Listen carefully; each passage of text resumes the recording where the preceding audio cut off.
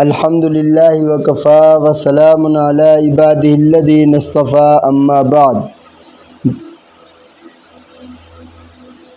فاعوذ باللہ من الشیطان الرجیم بسم اللہ الرحمن الرحیم ہن لباس لکم وانتم لباس لہن صدق اللہ العظیم۔ دنیا میں ہم دیکھتے ہیں کہ لوگ محنت کر کے چیزوں کو کس قدر خوبصورت اور دل فریب بنا لیتے ہیں۔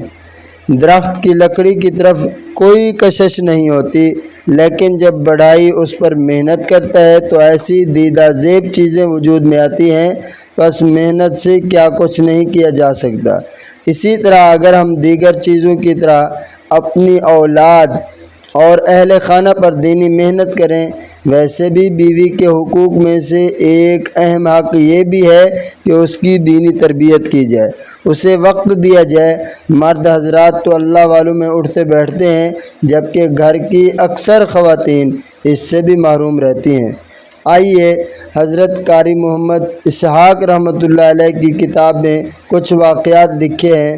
فرماتے ہیں، جن لوگوں نے بیوی پر دینی محنت کی ان کا گھر کیسے جنت بنا، اور پھر ان کی اولادیں بھی ان کی آنکھوں کی ٹھنڈک بن گئیں۔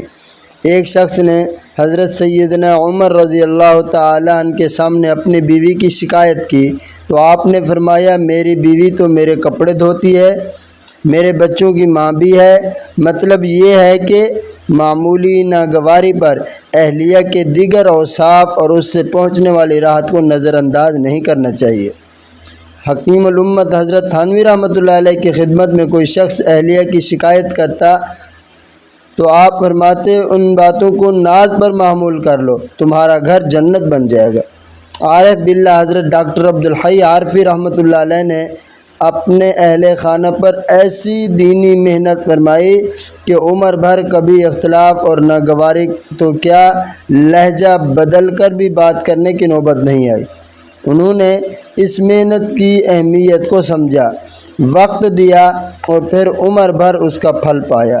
ہمارے حضرت ڈاکٹر حفیظ اللہ صاحب رحمۃ اللہ علیہ اپنی مصروفیات کے باوجود اہلیہ کی تربیت اور ذہن سازی کے لیے محنت کرتے۔